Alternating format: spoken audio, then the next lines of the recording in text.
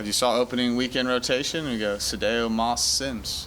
I'm sure that question's coming. It was a good competition. Fresh corners right there as well. I mean, we really felt like there wasn't a bad option. So just that's how the order kind of played out, and we'll see how it works throughout the year.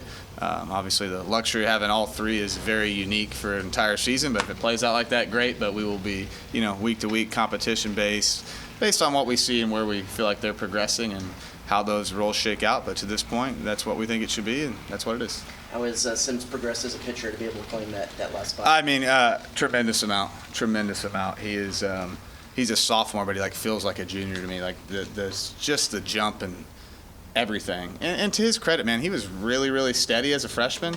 Was not your typical freshman. Had some good outings, had some bad. It's what I call a typical year as an SEC freshman pitcher, and he's made that jump that you'd want to see people make in your sophomore year up until this point. So we're really excited for him, proud of him, and just an awesome guy, and excited to watch him pitch. First game back in over a year. Is there anything in particular looking from Sedo and just in his first outing? Do you have any sort of a pitch count or anything on him? Yeah, we'll monitor him. He's good to go. I mean, it's been well past the time. Obviously, we don't want to run him up there. I don't foresee him going 9 unless he just really fills it up. But we'll monitor him, make sure he's good. A lot of that's a little bit of feel, how long you sit, how long you go back out. But I trust JK on that stuff. But Shane is, as he would say, 125%. And excited to see him out there too. I know many hats as a college baseball coach. Weatherman includes one of them. So it's Saturday. What's the latest as far as planning for some wet weather? It was almost perfect, right? It seems nice, but that rain's creeping in. We are gonna, obviously, as you guys lived here, some of you longer than me, and the weather changes like crazy. So we're gonna try to wait as long as we can. Obviously, the number one option would be to go same times. See how the weather shifts. Maybe we can go early Saturday. Maybe we can go later.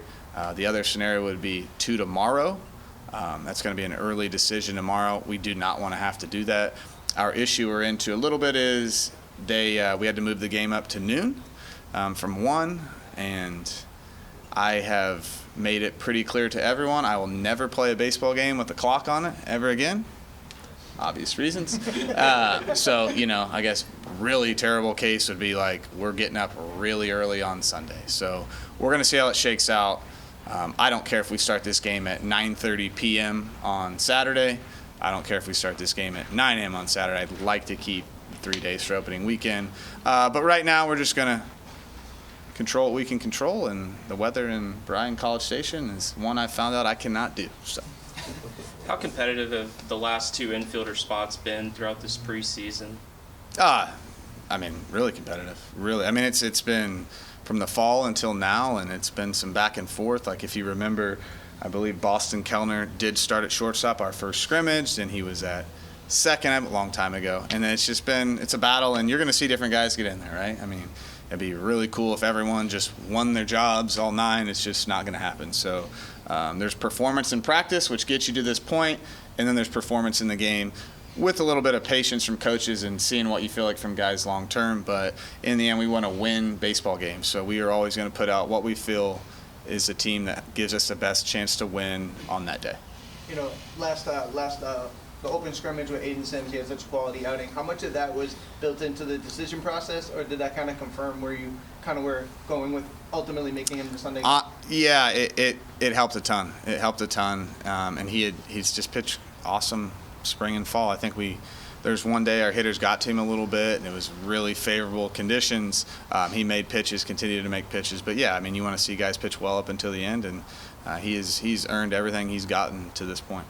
You've been able to get together your first 3 starters for the weekend, but how about piecing together the bullpen? Is that kind of work in progress, or do you have an idea of how you want to do it? Yeah, we got a pretty good idea. Some guys that we really feel like we can rely on. Fresh Corn being one of those. Whether he started or one of those guys didn't, it was going to be one of those guys. And Ethan Darden he made a push for some start as well. So he's a guy we feel like real comfortable with bringing out of the pen. And Josh Stewart, having him back and healthy and just in great shape is good too. And then you got Juan Vargas. Used to play at Tennessee Tech. He's been good. And then Hunter Vincent, freshman, it's a real arm, right? So we got to put him in the right spots, get him comfortable, because we really think he can help us down the stretch. And a lot of those guys have pitched well, like Grant Cunningham's pitched well. They've all done a really, really good job this fall. So we feel like we have those options. It's just about, can you do it when the lights are on, the people are in the stands, and when it matters. When you look at, obviously, a day before opening day, is there anybody that kind of stood out to you and see their progression to this point this offseason?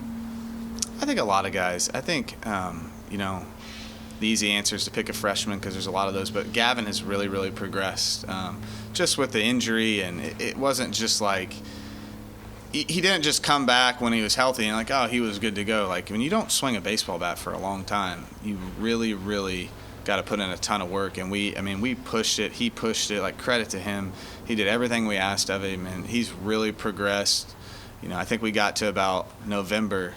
I was like, oh, okay, you're about the middle of your sophomore year now. You know what I mean? So he's done an awesome job. And, Chestnut, too, just like getting him back in the program, getting him in the swing of it, being at a different place, being away from here for a year.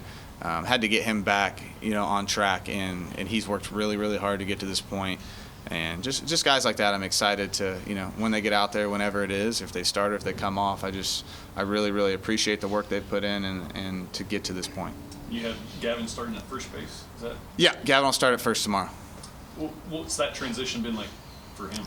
It seems to be seamless. I think the number one thing is his attitude about it. I think in any position switch, like, your attitude and how you attack it is everything. And Gavin has always, prided himself since high school on being a utility player. Like, Gavin, he played shortstop in high school.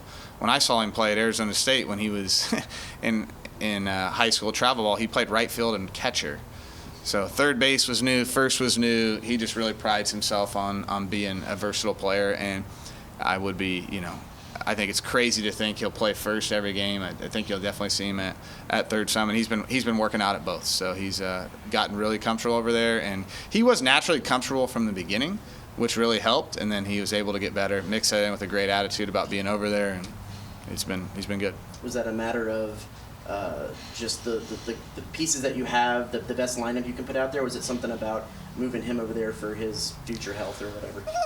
No, not necessarily the health factor. I just think we just thought he could be really good over there. We want to be. First base, you handle the ball a lot. And we want to be really, really good over there. And it wasn't anything more than that. And yeah, we think, to this point, it makes our lineup better and allows us, Nico Partita to be at third base. So.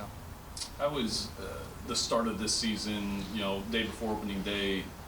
How does this feel, or does it feel different than, a year ago, your first opening day? Yeah, it definitely feels different. Anything you do for, a couple years, or a year that kind of felt like 5 at times, you're going to feel different. I just really feel good about our preparation and where we're at. You spend these last couple days, which are just miserable days for a coach, and you're like, all right, did we do this? Did we do that? Do we need to cram this? And I just, you found some things you want to just go back over that you visited on. There's really small parts of baseball that you can't spend a ton of time on that we touched on just a little bit, right? And again, back to doing the common things uncommonly well. We literally did the other day a drill that was all encompassing. So there's a hitter at the plate, a guy on deck, a guy on third, and a guy on second. Guy bunted a safety. The guy practiced his read on the safety. The guy who bunted the ball was purposely ran outside the runner's lane, so he was forced to get back in the runner's lane.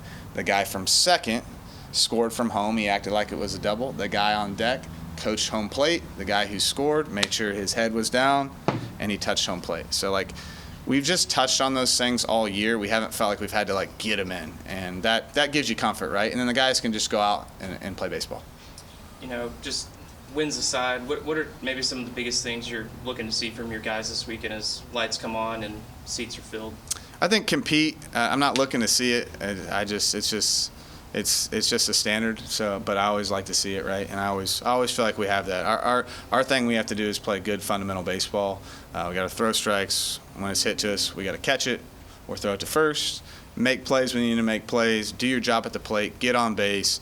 Don't try to do too much. Control here. The factor of controlling your heart rate in front of an awesome crowd is a huge factor. So all those things, right? And we want to continue to grow throughout the season. Like, we are going to continue to practice. It's not just going to be maintenance, right? You got to be smart with guys, but we feel like we've gotten better through the fall and the spring, and we want to grow throughout the season. So when you see us middle of the year, oh, wow, they're better. Oh, wow, they're better. And keep growing, keep guys healthy. And, these guys have done everything we've asked of them. And I really paid attention to the fact when we had good practices, how do we respond? We had some just terrible practices, but we always responded, right? And I think that's due to the leadership of the older guys on our team and guys that have been here and done it before. Aside from McCoy being out for the year, how's the overall health of the club entering opening day? Besides your blisters, your tweaks, whatever, I mean, we're healthy. Healthy is just what? Healthy as you can be, right? And you only feel good really in baseball that first practice coming back, and then you just got to get used to it. It is what it is. There's no excuse, man. No excuse from me, from them. You can do two things in a baseball game: you win or you lose. So it's as long as you're out there, you're healthy. Yeah, Gavin was at the top of the order a couple of years ago. You thinking about keeping him there or maybe moving him down a little bit? I like him there right now. I like him there. He's got a comfort level there. I like how it allows the order to shake out. I like that presence in the box to start off a game. If you're a pitcher and it's like, oh man, there's a big dude in the box, right? That's a pretty good player. So I like that part of it. So he'll lead off tomorrow. I'm not married to it though. I mean, we're going to make sure we get the best lineup out there, but that's what it looks like right now. How much of a luxury is it to have him, Sorrell, and Hakopian at the top of the lineup, three proven guys, and how have you kind of seen them all collectively? I hope they make a good coach out of me. I tell you that. It's nice to have them. It is. I mean, they're good players. They obviously are just super talented, and any team that gets to start off with what will be those three guys in a row, and a guy like Wesley Jordan should be in the mix there. It's good, right? And you want them to always want to get the game started off well. You know what I mean? That's always, you hope you get an advantage in that aspect, but it's going to be about them. It's going to be about the middle and the bottom. That bottom of the order can be good with those guys coming up. That's when I really think they can make an impact, right? Like that 6, 7, 8, 9. Like, how do those guys get on base? How do they perform? So then Gavin only leads off one time, right? Maybe he's hitting third in the third, and then you got Sorrell or Hakopian coming up behind him. Like, that's where they can really make their impact. So that's why baseball and hitting is such a hitting is kind of individual based a little bit because it's one-on-one, but if you can keep the team aspect and play as a team hitting, everyone gets fed, man. So it's a really cool thing, and yeah, I'm glad they're on my team. Speaking of Sorrell, are you guys settled on where him and TK will land in the outfield? Yeah, right now Sorrell will play center. TK will either be in right or left, and that's how it'll be for now. And then we'll continue to evaluate performance and health. And I think there'd be situations where if we brought Chestnut into the game, Sorrell would go to right because Nut's just more comfortable in center, similar to how with LaViolette. And TK and Sorrell they're good at all three spots. Like they're really good outfielders. So I have no problem moving them in game. If we need Chestnut to be in center, we'll move him to center. Is there still a audition process for that third one, or do y'all have a pretty good idea? Always an audition. Yeah, that one's it's been tough. It's been tough. I feel like we can't go wrong either way, but I'm just gonna see how today goes, and I got a comfort level in two different spots with two different people, and their spot kind of affects another spot, and yeah, so it's going to be a battle all year, and guys are going to be in and out, and we feel like we can match up and do some things in situations. I don't know if we've asked you, but Marco Jones, what kind of went into his decision to kind of step away, and what were those discussions like? From what I know, by all accounts, Marco Jones has not only a huge future here, but a huge one in the NFL. And I think for him, the discussions were great. I talked to Marco, I talked to Coach Elko.